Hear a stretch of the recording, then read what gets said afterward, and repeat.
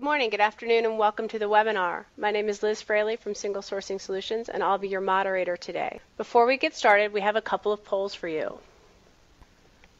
How have you handled content migrations in the past? Haven't done one? Copy and paste? Internal tools? Outsource? Software as a service? Okay, great. Thank you. We have one more. What is most important to you when converting content? Out-of-pocket costs, schedule, quality of conversion, impact on writing staff, or data security? All right, thank you. This morning, we're very excited to have Don Bridges from Data Conversion Labs with us. Don has a long and tenured history in the XML and dynamic publishing industry. In fact, his is a name that most of us know well. He's a familiar presenter at conferences, and DCL is one of the best-known companies doing legacy data conversion out there today. Don is well known for saying, automated scripts can do almost anything if your content is consistent and you plan for it. Problem is, it isn't, and most haven't. Luckily, today is going to give us some straight talk about what it takes to get into structured content and what you need to be aware of to make the transition go smoothly. He's been through it all, and we're thrilled that Don and DCL are here to share their experiences with us today. Now I'll turn the presentation over to Don Bridges from Data Conversion Lab. Don, it's all yours. Thank you, Liz. And let's see if we can fire up the presentation. Got it? Fantastic. So, Liz, thank you for having me on board. I am very excited to be joining you today. Some of you know me, probably some of you don't. That is me on the left in the picture. That's Don Mattingly on the right, just in case you're wondering, oh yeah, that's who this guy is. I'm speaking to you today from beautiful Albuquerque, New Mexico. Just a brief mention about Data Conversion Laboratory. We're celebrating our 30th year this year, which is kind of unusual for a company to be doing data conversion for 30 years, but we have typically find ourselves in areas where the content is more complex and there's lots of the harder things to do. The novel conversion is typically not a place that we play except once you get into ebooks and EPUBs. So just a brief outline of what we're going to be going across for the next 45 minutes. I would like to kind of bring you up to speed about why XML is a really good idea, or at least the situations that we think XML is a really good idea, and talk about what you need, and then get into the meat and potatoes of legacy content and what are the different options you have, how do you get ready for a conversion, and then cover some of the lessons learned that we have learned in our experience. So as far as why XML, if you go back 15 years ago, the predominant markup language was called SGML. And SGML typically was in robust government-type installations, some in the aerospace and military environments. But the problems with SGML is it was very complex, and there was very little industry support, and as you can imagine, low commercial acceptance, and those kind of drive each other hand in hand. On the opposite end of the extreme, you had another markup language, HTML, which most of you are familiar with. But it was really focused more on presentation, and it was very simple in its approach. And so you have XML that's kind of in the middle. It's less publishing-centric than SGML. It's, I would certainly say, less complex than SGML. SGML, basically anything you wanted to do, it could be tortured to go doing it. XML is a little bit limited to that, but it's more robust than HTML. If you go Google SGML or HTML or XML, you'll come up with a very different number in the hits. And XML, for about the last 10, 12 years, has been growing in acceptance. So where is XML a good fit? And XML is a good fit if you certainly have technical documentation that you need to shorten the time it takes to produce that content, and produce, I mean provide it to your customers either internally or externally. If you need to go shorten the time that it takes to go produce that content, if you have issues where you need to go find information, you have versioning issues, you need to go take that same information to different outputs, be it HTML, PDF, ebook, whatever. And then sometimes we find people that have a print-on-demand requirement where they want to go generate the latest version and have always up-to-date content. XML is very good at those things. And you're saying, well, Don, most of those sound on the output side, and yeah, most of them do. And I'll talk about the input side of it, the authoring, in a moment. So if that wasn't good enough, just a couple of other points. XML is an open standard. Nobody owns the source code. It's not like FrameMaker that's owned by Adobe. It's not like Microsoft Word that's owned by Microsoft. If you get upset with the vendor that you're using for your XML system, you can go switch the vendors relatively easy. If you have an XML system, you can open XML files that anyone else provides. It truly is an open standard. And you can also typically show a positive ROI. Now, I suspect most of you don't have accounting degrees, but if you would like to work on your junior accounting degree, we have compliments of PTC, a ROI calculator. There is an email address on your screen. If you will send an email to that email address and say, hey, please send me the ROI calculator, we'd be delighted to go do that. And it'll give you a good idea for, does XML make sense for us? Now, some of you may have heard of DITA a lot, Darwin Information Typing Architecture. And DITA simplifies content reuse. If you think of Lego blocks and how with the same basic blocks you can go build a lot of different things, that's kind of what DITA is like. And I look at it as single source authoring, whereas XML will allow you to go publish your content to many different formats. DITA allows you to go take information, those little pieces of information that you have, and go build a manual for the, let's call it the -100 model. And, with a few blocks changed, now you have a manual for the -200 model. And, by the way, if you change a few blocks, you have something for the -300 model. So what does it take to go build an XML system? And basically there are three primary components. There is, and I'll start at the center, which is content management. And content management can be as simple as a file server system on your computer, or as complex as what used to be primarily called document management systems and is now called content management or component management. And this is the repository that keeps your information, keeps all the different versions, and knows how to go assemble those documents. The right side of the screen is the delivery aspect. How do you go push that information out to your customers, internal or external? And that is typically in these days HTML, PDF, and for some organizations EPUB. The other extreme is, the upside part of it is authoring and being able to go check information out or access your files, make changes to them, and put them back in the repository. And by the way, there's that piece called conversion. Actually, how do you go fill that tank of your information? So is that it? And unfortunately, the answer is no. Besides the software, and even with the greatest software in the world, if you don't handle these other things, you're probably going to have some problems. And one is, and I hear this over and over, is having somebody who's been there before that can guide you and say, well, these are the things you need to look out for. These are the things that you need to be aware of. And for this perspective, we'll call that a Sherpa. Certainly, single sourcing is a very good Sherpa. They can, help you implement a system. There's the training aspect. The people aspect, I often think and hear is harder than the technical aspects of XML. And then you have to have a way to, if you've got good legacy content and you want to go move it into XML, you have to figure out a way to go get your legacy content into XML.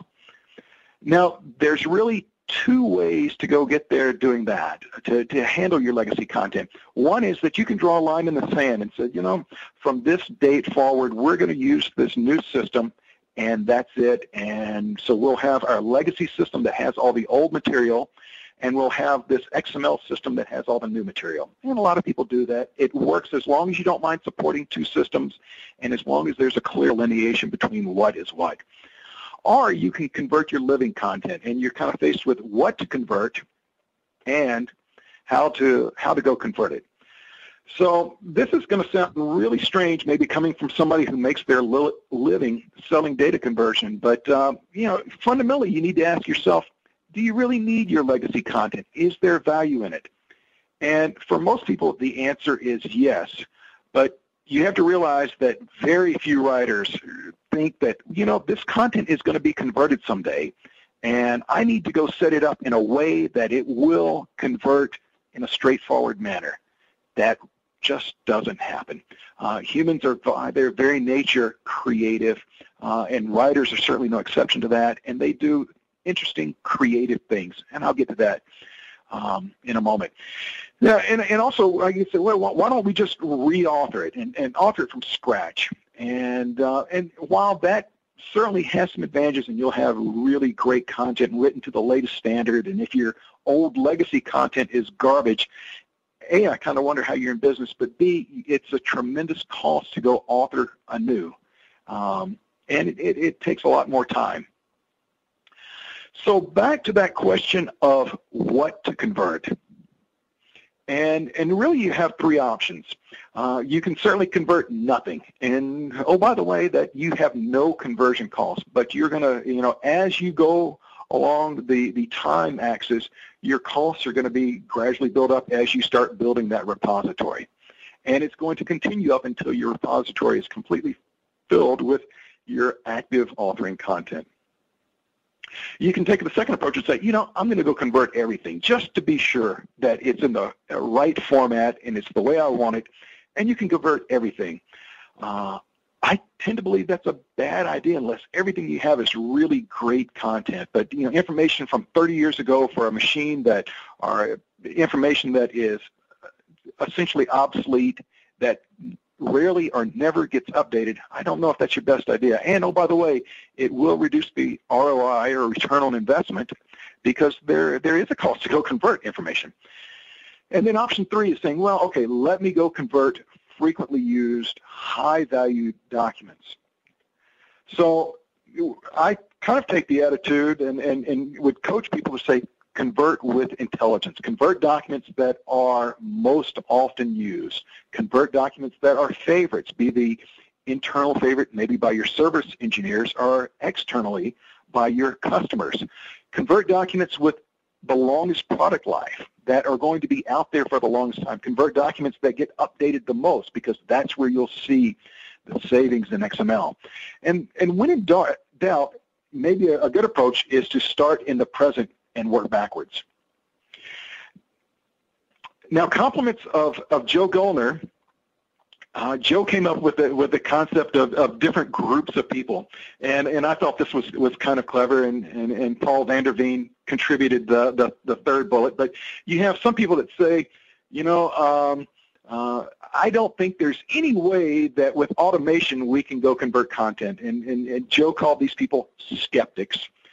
And then there's another group of people that says, there must be that magic button out there, that magic software. And, oh, by the way, if you come up with that magic software, please give us a call at DCL. We'd love to purchase the rights to it. But unfortunately, there is no magic button. But there's some people who believe that's there, and those people are dreamers. And then there's the cheap labor dreamers who think that, without a lot of my involvement, I can go send this offshore and at a very cheap cost, go get my data converted, and it's all going to be right. And, that's just not reality either. So, but reality is you do have some very good options for converting your content. You can certainly go rewrite your content. You can copy and paste. There are people that have done in-house conversions, and there's software as a service, and then there's outsourcing of content. So maybe we can just for a moment touch on each of these options and kind of spell out, here's what you need to think of. Rewriting is certainly a very good option if your legacy content is garbage and it's just written very poorly. Maybe you want to go incorporate minimalism. Those of you that have heard Joanne Hackos speak, Joanne Hackos is a huge proponent of minimalism, cooking it down to the most essential elements. Certainly most of us have heard of simplified English, of putting things in very simple, easy to understand terms.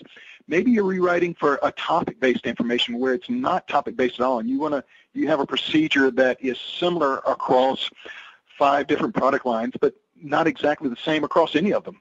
And so if you want to go rewrite content to go make it topic-based, yeah, that's an option too. But realize it's going to take a considerable amount of time, maybe an hour a page, and a considerable cost, maybe $60 per page to go do that. Now, if you have 5,000 pages, you can go do the math very quickly and realize, wow, I didn't know that was going to be, that expensive a project. And yes, $300,000 is the right answer. And can you really afford that? And most people come to the conclusion, wow, that might really be at the end of the day, the technically best way to go, but is there a higher value proposition? And so a lot of people will try copy and paste. And copy and paste is exactly as the name is out in your, I'll pick on Microsoft Word for sake of the discussion. Select a chunk of information and then go to your XML editor and paste the information there. And as crazy as that sounds, a lot of people do that. Or maybe it's not so crazy. And I would even say for a very small documentation set of a few hundred pages, maybe for a simple documentation set that doesn't have a lot of very hard things, that's not a terrible way to go, especially if you can have just one person do it. Because as I mentioned earlier, humans are rarely consistent or correct in how they do the tagging, because not only are you moving over the content, the words, but you're also applying XML tags to the information, saying, okay, this may be a paragraph, but this is a table, this is a definition. In DITA, you certainly have this is a topic of a topic type. So you are applying tags as you go along, and humans just by their nature are not very consistent creatures. Now, another approach is to go have in-house data conversion, and certainly if you have more content, you can either use tools that are available to do this. I remember I wanted to go sell a car on eBay, and so I wrote up this wonderful description of the car, and then hit in Microsoft Word, and then hit Save as HTML, which is an option in Microsoft Word, and boy, did it look rotten. And I finally went to okay, for the description of a car, it's 2 pages, 400 words or whatever the number was. Okay, not so bad. Could create my own tables, and so I just copied and pasted. But you really, the results that you get with a pilot is that really the results that you're going to get with the whole project. Now, a few years ago, those of you that are familiar with STC, a company called CSG Systems did a very good case study, probably the best case study I've ever seen, and they talked about conversion of their technical content from Word to FrameMaker. It took them roughly 6 months to do roughly 12,000 pages. They did it programmatically.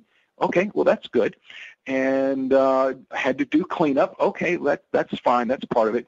And what they reported was it took them right over 4,000 hours, man-hours, to go do that. Well, that's roughly 20 minutes per page on average. If somebody's being paid $60 an hour, okay, well, that's $20 a page. So you have to go back and say, yeah, I can, but should I? And I think that's the issue with in-house. And certainly if there are considerations of, well, the security of my data, we just cannot release this outside of the confines of our building, I get it. I really do. So I think, if you have the time and have the effort, if it's a recurring requirement, in-house is certainly a valid option. In the last 5 years, we've seen software as a service come up where there are portals where you can load your content, and if the portals are invariably configured that says, okay, if you want to go to this specific DTD and your content is in this specific format and you follow these specific tagging rules, it will go convert the content for you and return it back. And it works really well if your information is consistent, if it's well-styled, if it maps to the XML model. Unfortunately, most content doesn't. And if you follow this model, I need to tell you, you can do manual cleanup before the conversion, or you can do manual cleanup after the conversion, but rest assured, you will more than likely be doing manual cleanup. Not that that's all bad, but as long as you budget it in and say, okay, the cost is more of just the cost of the software as a service. Finally, we have outsourced conversions, and these are companies in the full spirit of disclosure like Data Conversion Laboratory. We definitely use a factory type approach, which means that in the larger documentation sets, once you start talking hundreds and thousands of pages and it's more complex, that's really where most outsourced conversion vendors work well. It's a turnkey operation for generally a one-time event, although again, in the spirit of full disclosure, we have some customers that month after month after month send us content because they're getting new, fresh submissions in. But for most people in the technical documentation world, you're in FrameMaker now, and you hope that you're going to stay in XML forever and forever. It is truly a one-time event. And the only time that it would happen again is if your organization acquired another organization and you needed to bring that content up to your standard. Certainly with outsourced conversion, you can go leverage the experience of the vendor. In DCL's case, over 10,000 projects, millions of pages every year. And you'll know up front, here is how much it's going to cost. Here is what the schedule is going to be. And typically there's a pilot process, so you know up front, here's the quality that you're going to be getting. It's kind of like the old holiday saying, the best surprise is no surprise. So I had mentioned DITA earlier a little bit on the content authoring side and saying it's Lego blocks, and maybe this is a little bit different way to go look at it, and I included this especially for Liz because I know she's seen this slide before.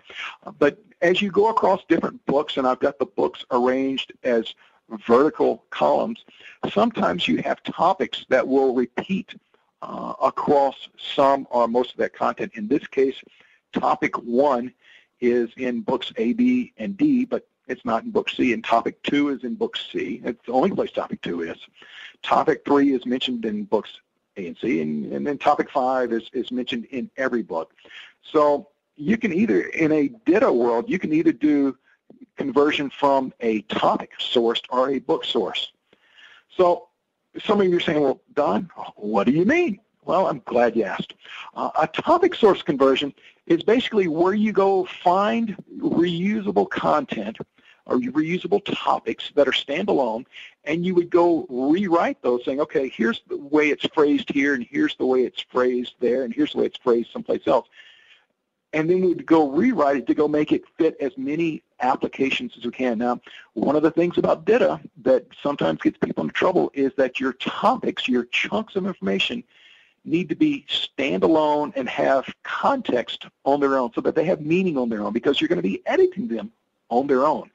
And this is why I greatly discourage people to go have paragraphs, except in unusual situations, as their own topics, because a paragraph alone by itself generally does not. But I need to warn you, this is a very manual process that will be very time-consuming. We're essentially back at that $60 a page kind of paradigm. The good news is you have fantastic reuse because you're building it in from the get-go. The other kind of conversion is the book conversion, and book conversion goes down those columns on the previous two slides back and says, okay, I'm going to convert this book into topics, and then I'm going to convert this book into topics. And a good content management system, if you're loading information into a content management system, it will go process a topic and say, I've already seen this topic before. It will automatically go create that reuse. You are doing a conversion of your information. You're chunking it, with all due respect to Documentum, into different topic types, and I've listed the 3 standard DITA ones. It's usually done on a heading level, heading 1, heading 2, heading 3, and you have a lot of input to how big or small that topic is. It is an automated process. And what we have found in interviewing a lot of our people that have implemented DITA is that they take, okay, let me get to XML first and then and go reap the benefits of that, and then reuse is a follow-on out of step. Now, what we've also found is that the native reuse out of the box isn't that much. And the reason being is there are, even with the same concept, it's phrased in different ways because, like I said, and like you know, people are creative. And so that rewriting for reuse is typically a follow-on step. So did I skip a slide? I did skip a slide. So had I been doing this a little bit better, I would have told you that there are 3 things that you can do before you go convert your content that I think will make your life easier. The first of those is that harmonizing content, of making the information say the same concept consistently. And unfortunately, what we find when we are working with customers to go harmonize their content, that you find a lot of spelling and capitalization and punctuation differences. I didn't say errors, I said differences. Sometimes there are errors. What I'm showing you is a screenshot from our content reuse analysis service, and if you go to the dclab.com website and go look for content reuse, you'll come back with the results. But sometimes what you find is that there are differences in spelling, that, you know, okay, the same thing, this was at the top right, it says install avionics RAM diverter valve per this procedure, do not do operational check, and then another place it says do not do operational check. Well, I did go to public school in Louisiana, but I would say that really shouldn't be do not do, it should be do not do. This other example, insulation blankets are fragile, period. Be careful when handling or damage may result. When we did this analysis, it was written that way about half the time, and about half the time it says insulation blankets are fragile, comma, be careful when handling or damage may result. Same thought expressed 2 different ways. A content reuse, a content management system is going to say those are 2 different things, and you and I would say, well, that's ridiculous. Meh, that's the same thing. So harmonizing content while it's still in the legacy format, we think is a very good idea. As I mentioned, probably too many times already, there are content faux pas. We run across tables that are created without a table editor. Well, what do you mean? Well, we'll see information that's tabbed into the correct row and column alignment, and then lines drawn around it. And oh, by the way, when you go print it to PDF, it looks great. But the problem is that's really not a table. In a conversion software doesn't know, how do I handle tabbed information? How do I handle references to pages? Because as you go to XML, you're not, and maybe it's going to be rendered HTML, maybe it's going to be rendered EPUB, maybe it's going to be rendered PDF. You're not exactly sure what page it's going to. References to location, you know, see figure below, see figure above, see figure on previous page. In XML, that makes a little bit less sense because XML separates content from formatting. Sometimes we see graphic overlays on top of tables, and this is very difficult to go handle because you say, well, it's a table, but then in this cell I'm going to have this graphic. Well, if I got the graphic that covers multiple cells, it's very problematic for how to go handle. Sometimes we'll see extra spaces, hard returns inserted to go make the print presentation right. And yeah, that's swell and great in a print world, but then in an XML world, it's like, okay, why are all these extra spaces in? And because I just said XML separates content from format. We're just focusing on contents, and we allow these automated tools to go do formatting. And then one that I am probably most guilty of is style override. Back when I first started using Microsoft Word, if I wanted something to look like a title, I bolded it, made it 14-point Times New Roman, centered it, underlined it, and that was a title. But if you go look at the style of it, it says, this thing called normal. And oh, by the way, what the heck are styles? And styles are a way that Microsoft Word or FrameMaker or other tools know, here's how I want to go format it. So it's a much better idea in an automated processing way to go create tables of contents, to go create indexes if you use the proper style. And then the third area is what I'll call content model violations. And these are things that, depending on which DTD you chose, the DTD in an XML parlance, DTD is kind of like the template. But the DTD doesn't allow it for whatever reason when they were coming up with the rules of the DTD. For instance, DITA only allows step and sub-step. Here's an actual no-kidding, where they had step, which is item number 2. They had sub-step, which is A, B, and C, and then they had sub-sub-step, which is little I and little 1 and little 2 in Roman. And so in this case, you'd probably want to break this down into 2 procedures, one for engines with a motor saddle support bracket and one for engines without a motor saddle support bracket. And I'm going to kind of pick on DITA because DITA is very good. We've seen the exponential growth of DITA over the last few years, but DITA does have these constraints. DITA does not like tasks or procedures written as a table. And this is how a lot of people write their task as tables, and DITA just says, no, I don't allow that. Another one is that people will do notes as tables, and this is a no-kidding table, but in the first column I've got a little light bulb symbol, and in the second column I've got my text. And it's really problematic, for the software to go, is this a note or is this a table? And they're tagged very differently. Now, if you'd like to learn more about this, I've got a URL listed there, and I've gone through some of the faux pas as far as content models in regards to DITA. So if you're looking at DITA, might want to go through and say, I might want to go clean these things up. So maybe a few lessons learned. I had mentioned early on, if you're going to have to go justify the return on investment of an XML system, it's not a no-cost proposition, and in some cases it's not a low-cost proposition. It will cost you thousands of dollars to go implement XML. And you'll have to go justify that expense to your management. As I mentioned earlier, just to save you from having to flip back, ROI@dclab.com will send you a spreadsheet which will figure in the number of authors you have, the amount of content you do, how often do you publish it, and it will come back and say, here's how much we would expect it all to cost. Another lesson learned is make sure your process is scalable. And by that, I mean, do a pilot and make sure that, okay, well, I was able to go do 50 pages, and it only took me 8 hours to go do 50 pages.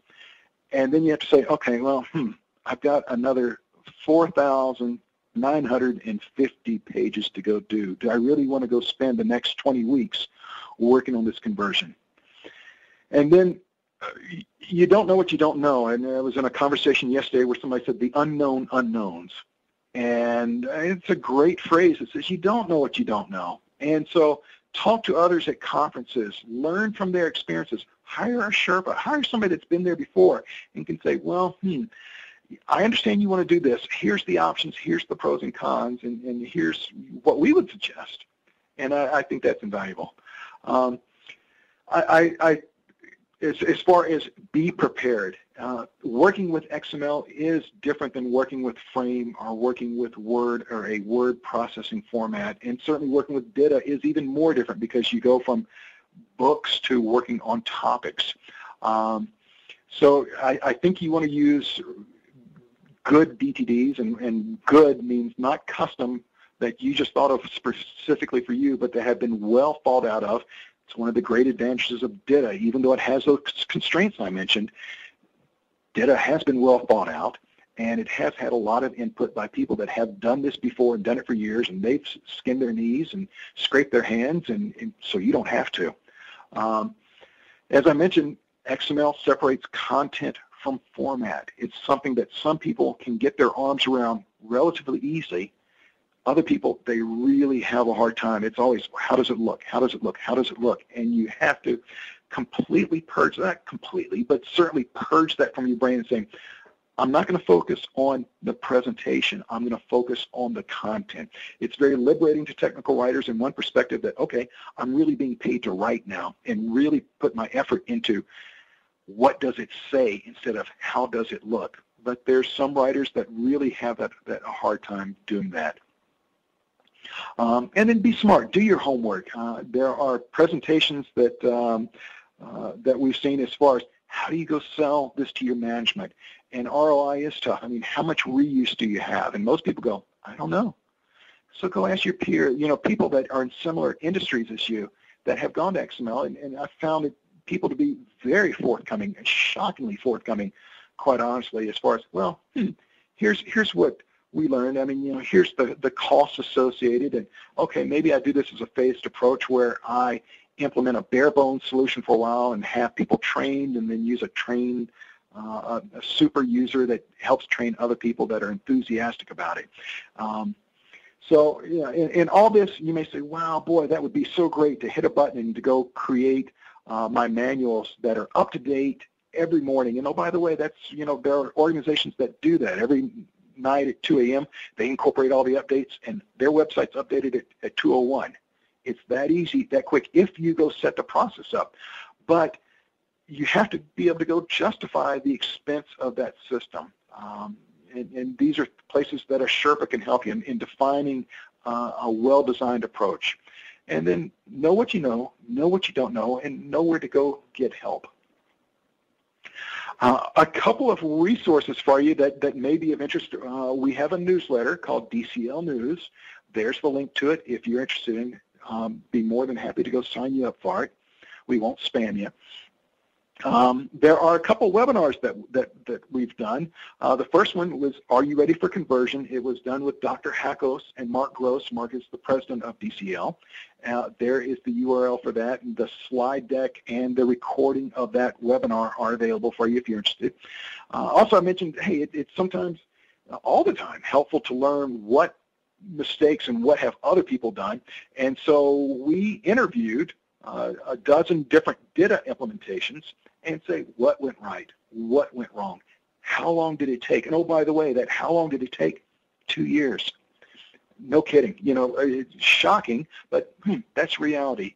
And a lot of selling this to your management is presenting reality. We have a DCL library that has a truckload of XML-related topics that you can go browse and read, and how to convert from Quark. Oh, by the way, our #1 clicked article, how to convert from Quark to XML. Different flavors of PDF.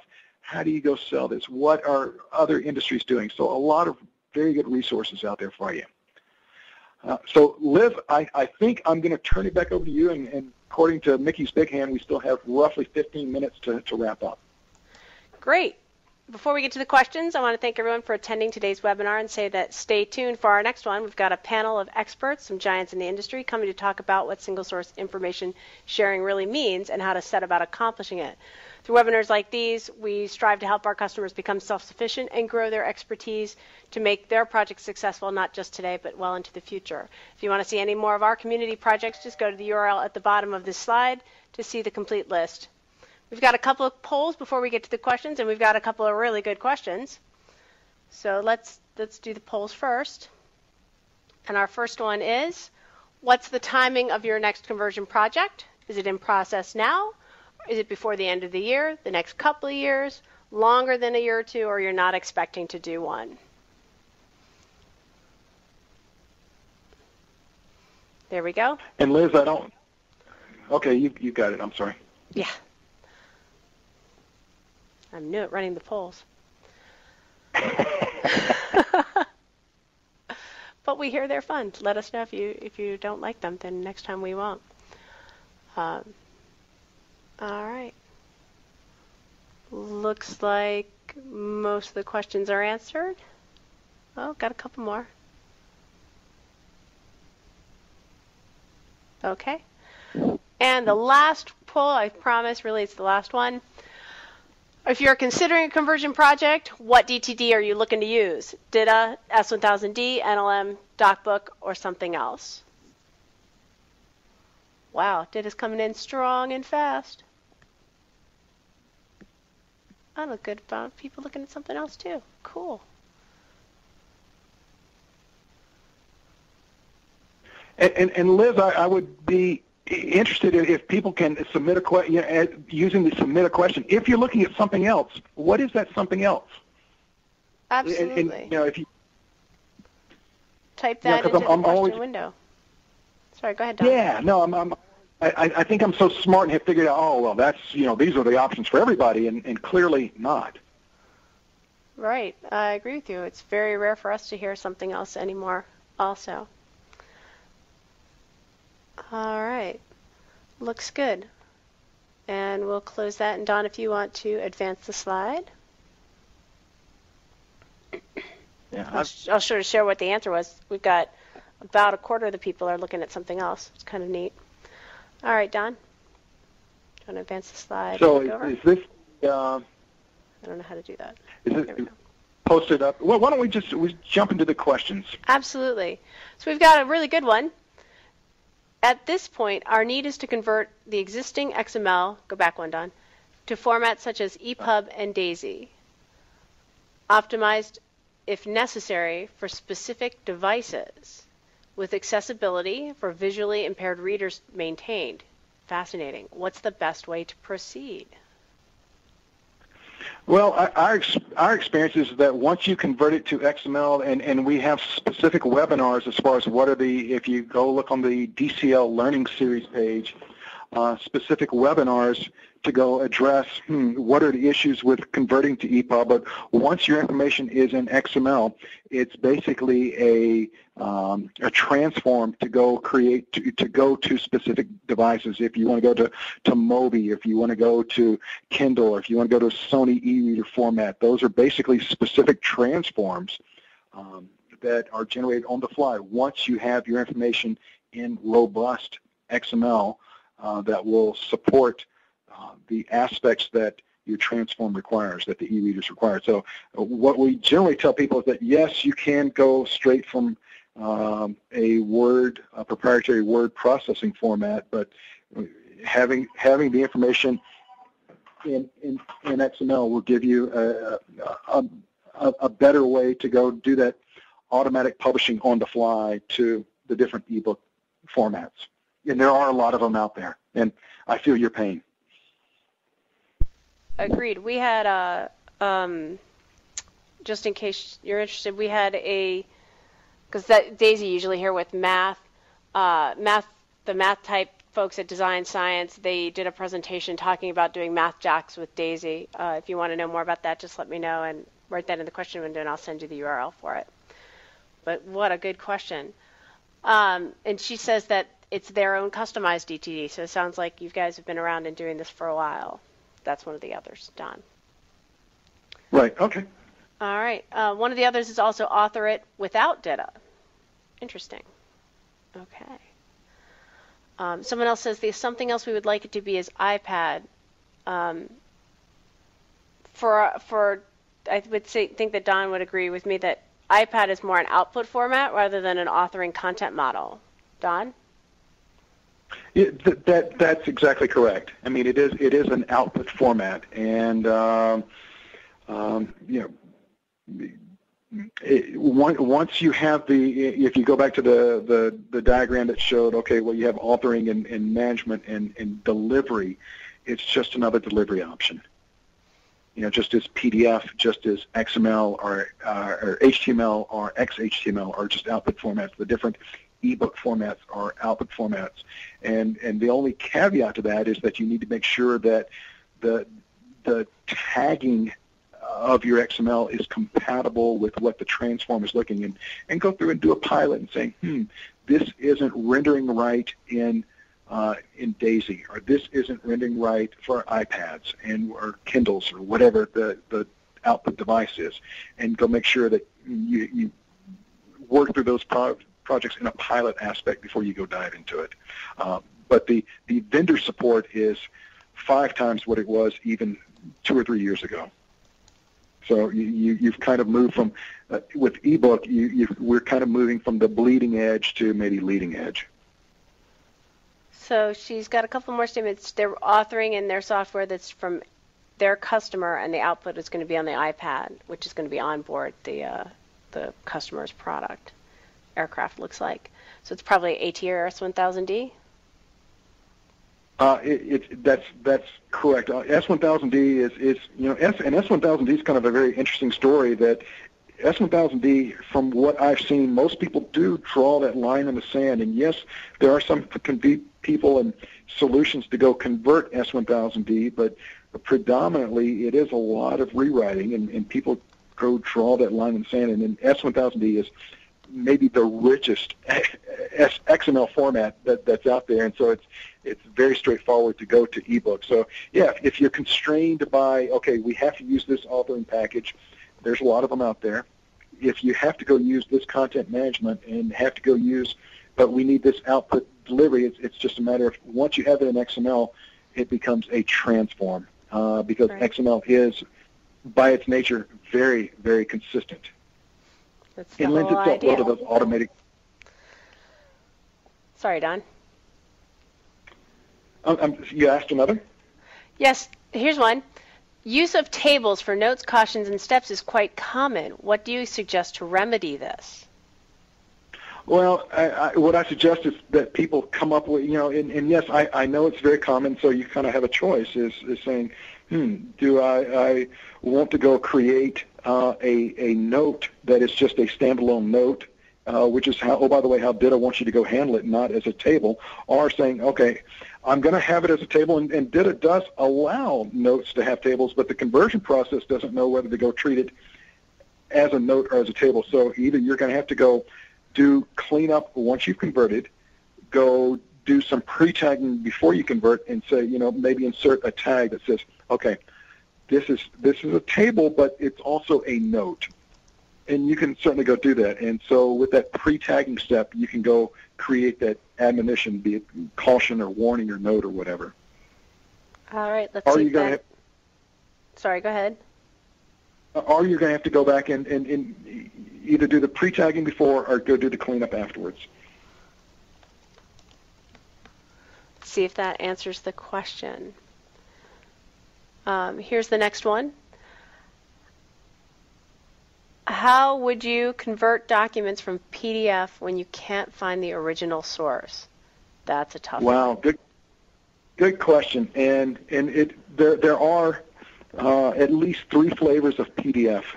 One is PDF image, where it is probably what was scanned and it doesn't know any words. There is PDF full text, which if you have a Word document and print to with Acrobat, with all the, not Reader, but Acrobat, and convert it to PDF, that's PDF normal. And then you have PDF image with hidden full text behind it. That does have the full text behind it, but what you're seeing is the image. Certainly you can go through an OCR PDF, and then you have RTF, which allows you to get entry point to capture all the text. One of the problems with PDF is, it is a bit of a roach motel of data formats. Content comes in, and it's designed not to come out. And that sometimes PDF will read across columns instead of down columns. And so you have to be very careful as you go do text extraction. And there are some good tools that will allow you to go do text extraction of PDF full text. And then once you have it in, let's say, RTF, or once you have it in a full text format, then it's just a matter of applying the correct tags.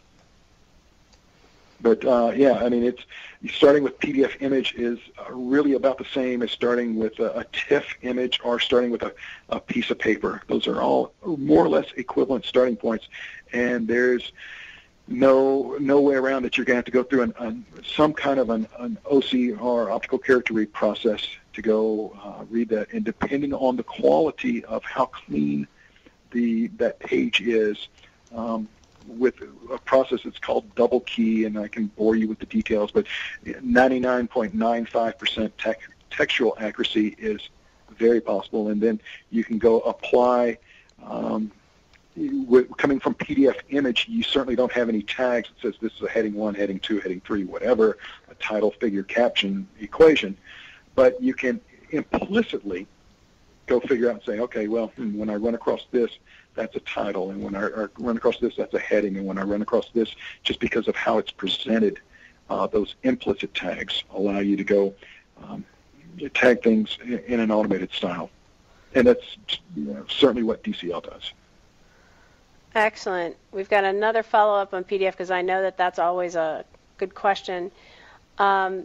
This one is, where's the PDF? Do you sell publishing pipelines? If so, do you have one for PDF to DocBook? It's kind of the same question. Well, yeah, DCL is a services company, and I can only, suggest that, certainly we have a process and a methodology for converting from PDF to DocBook and converting all the way out to EPUB as a structure. So, but, I'm also more than happy to say, okay, here are the steps that are involved, and be more than delighted to lay out that process for you. And there's articles on the DCL library. If you go search in PDF, which is the previous slide, that last item, if you go search PDF, and you're going to come up with a lot of articles that talk about converting from PDF and what are the workflows involved with that. Great. Let's see if that answers the question. We've got some more here. What's the best source of ROI? Easy output of multiple formats, ability to keep content evergreen and future-proofed, or the ability to use content from multiple sources in a search web-based content environment? Good question. I think most people find that the output side of XML is going to give them the highest ROI. The reuse aspect of it certainly has a lot of value, and people that have implemented it report phenomenal reduction in their amount of content, phenomenal increases in quality, but unfortunately you kind of have to break things into the tangible category and intangible category. And if I can go create, once I have the content frozen, meaning approved, if I can go publish that in 4 hours versus 40 days, there's a significant cost savings to that. So my perspective is, from an ROI, just the delivery output of it, the delivery side is where the savings are, is where the real kick you in the teeth value is. And then being able to go deliver to multiple formats at the same time, those kind of go hand in hand. It's saying, okay, I can go update the web and update my print, and go to print on demand, so that I'm not shipping manuals anymore, that if anybody wants the content, okay, download it and go print it on your own computer, and you've saved the printing cost and shipping cost. But yeah, certainly the output side, I think, is where the ROI typically is going to be. That's what we find too.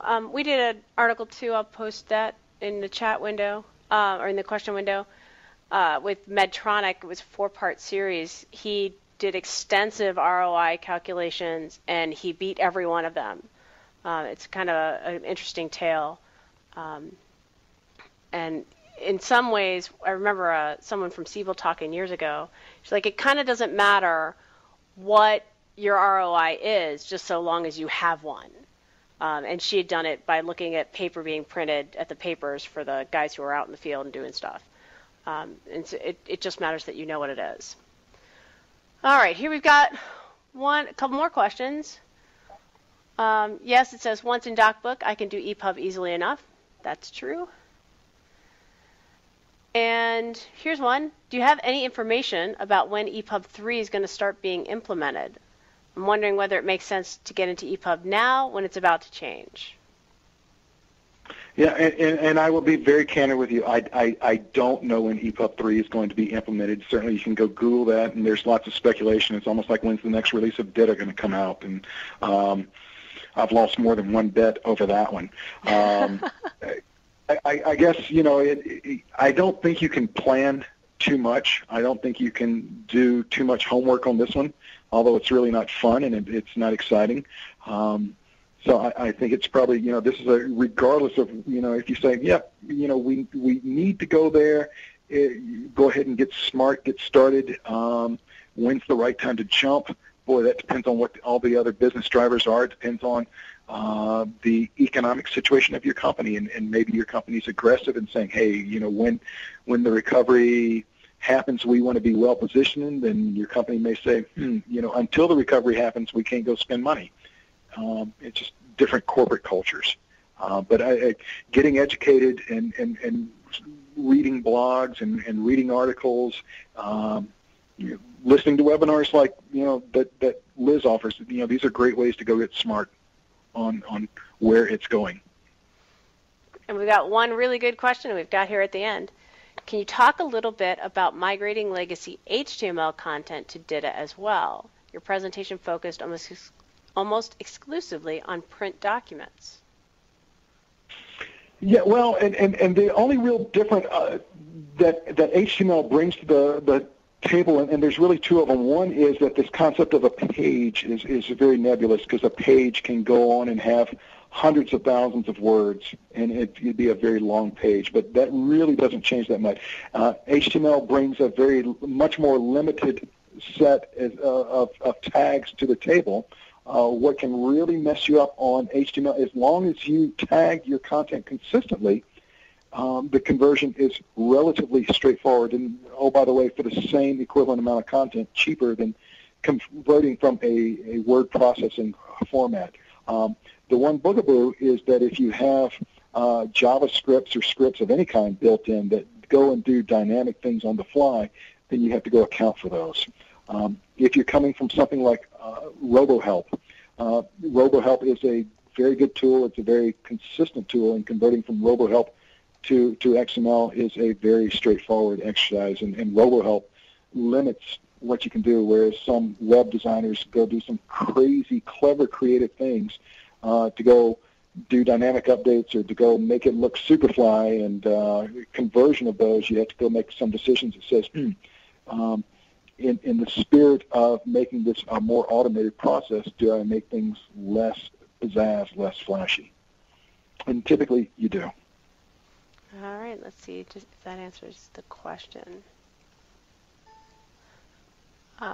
One more question.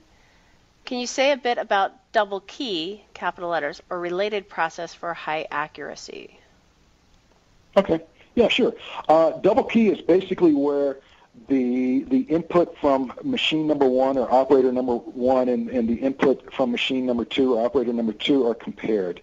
And if they are the same, then that's accepted as correct. If they are different, let's say, in one case the OCR machine interpreted it as a 0 and the other place it was a letter O as an Oscar, then it's given over to a referee, and the referee, compares the content and says, here's the right answer.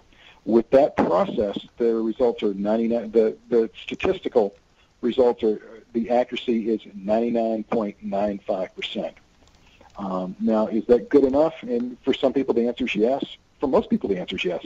For some people, the answer is no. And so what you can do is triple key, which says, okay, I've got the results of comparison between 1 and 2, and that's been refereed. And now I'm going to bring in the third OCR, where I'm going to OCR 3 times or have it rekeyed 3 times, and that compare it again and say, do I find any discrepancies? And once again, if there are discrepancies, the referee comes in and says, no, that really is a 0, based on context, based on appearance, based on whatever. And that's 99.995. Is there, coming from a piece of paper or PDF image, is there 100% textual accuracy? And the answer is, realistically, no. I mean, it's just, there's always going to be a statistical chance that there is an error in 1 out of every million pages, so you're not at 100%. But you can, 99.95 is typical in what we see in most applications, and then 99.995 is kind of the high end, and then you start getting to really diminishing returns on your costs. Now, if it has to be right, it has to be right, but you have people go through and actually go reread the content. Excellent. Let's see, we got one more question. If you can guide me in the difference between video EPUB and EPUB. Not sure if I understand that question. Okay, done. Yeah, well, yeah, I mean, EPUB is basically a text format. Video EPUB, my understanding is the insertion and presenting things with video embedded in them. And I think that's right. If I'm not right, there's my email address, and you can fuss at me and tell me I'm wrong. I don't see it a lot being implemented, quite honestly.